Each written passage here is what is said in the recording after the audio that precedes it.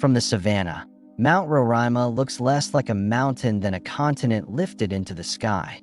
Its summit forms a dark horizontal line, while cliffs drop almost vertically into cloud and rainforest. For generations, that impossible outline has invited one question: what could survive on top? The viral answer is a lost world sealed away for millions of years. The real answer is more complicated and far more interesting. Roraima rises where Venezuela, Guyana, and Brazil meet in the northern reaches of South America. Most of the plateau lies in Venezuela. Smaller sections extend into Guyana and Brazil. Near the summit, a boundary marker turns an immense wilderness into a meeting point of three nations. Yet political borders are recent lines across a landscape formed on a geological timescale. Mount Roraima belongs to the Guyana Shield, one of South America's oldest geological regions. It is a tepui, a table mountain built from ancient sedimentary layers, mainly sandstone and quartz-rich rock. Seen from a distance, its flat top seems artificial, as if the peak had been sliced away. Up close, the plateau is anything but flat. It is broken by ridges, ravines, towers, caves, pools, and fields of fractured stone. The shape began with sediments laid down in an ancient basin. Pressure turned those sediments into thick rock layers.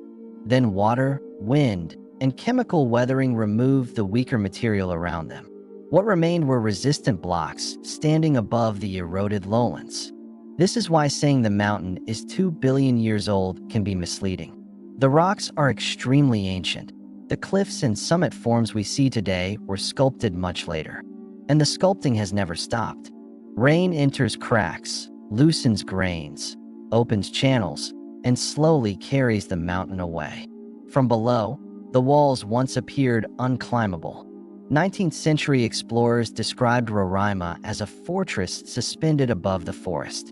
In 1884, Everard M. Thurn and Harry Perkins reached the summit by following a sloping ledge on the Venezuelan side. Their reports helped transform Roraima from a distant outline into a place the wider world could imagine. But the mountain had never been unknown to the indigenous peoples of the region. For Pemon communities, Roraima is part of a living cultural landscape, not an empty stage awaiting discovery. One widely retold tradition connects the mountain to the stump of a great tree whose fall released waters across the land. The story preserves relationships among place, origin, memory, and responsibility. On the summit, the climate changes quickly. Warm, humid air rises from the lowlands, cools against the cliffs, and condenses into cloud. Visibility can collapse within minutes. Then the wind opens a window, revealing other tepuis beyond a sea of white. Rainwater has almost nowhere deep to sink. It gathers in shallow basins, races through channels, and spills from the plateau's edges. Some streams become waterfalls, others are torn apart by wind before reaching the forest. The water also stains the landscape with iron, organic matter, and mineral color. Dark surfaces add to the alien appearance. Many rocks carry wet biofilms of algae, cyanobacteria, and other microorganisms. Their black coating makes the summit look burned, even though it is saturated with water. Erosion carves the sandstone into shapes that resemble animals, faces, towers, and ruined cities. The resemblance is accidental, but the human mind searches for familiar forms.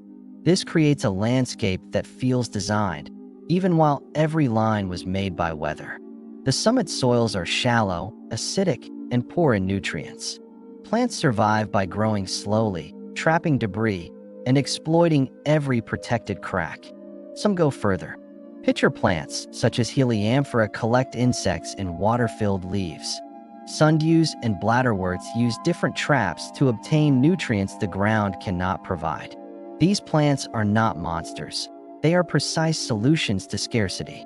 The plateau also shelters small amphibians adapted to cold, wet rock. Among the best known are pebble toads of the genus Oreophrynella. Some species cannot leap far and may curl their bodies and tumble away from danger. Their strange defense is real, but it does not belong to every frog on every tepui. Endemism is one reason Roraima became famous as an island in the sky. Cliffs restrict movement, while altitude creates conditions unlike the forests below. Over time, isolated populations can become genetically distinct, but the summit was never a perfectly sealed biological capsule. Seeds arrive on wind, birds cross valleys, and climate shifts can open or close routes along the slopes. Genetic studies of tepui animals reveal episodes of movement more recent than the oldest rocks. Isolation shaped life here, but exchange never disappeared completely. That nuance matters, because the truth is not less mysterious than the myth.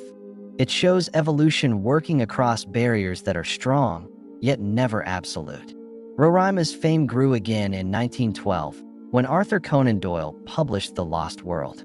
His fictional plateau held dinosaurs and prehistoric survivors. Accounts of Roraima expeditions were among the influences that helped make such a setting imaginable. The novel turned the tepui silhouette into a global symbol of hidden life. No dinosaurs have been found on Mount Roraima. What survives there is smaller, quieter, and scientifically more valuable. A tiny frog confined to wet stone can reveal more about isolation than any invented monster. A carnivorous plant can show how life answers a landscape with almost no nourishment. A dark microbial film can help explain how living communities colonize bare rock. Today, guides, researchers, and trekkers continue to cross the plateau. Their presence brings knowledge and income, but also pressure on a fragile environment where damage heals slowly. The mountain is neither untouched nor fully understood. New records, new species, and new geological details continue to refine the picture. Mount Roraima is not a place frozen outside time. It is a place where deep time is still visible in rock, water, life, and story. Its true lost world is not hidden by fantasy. It is the real world above the clouds, strange enough to need no invention.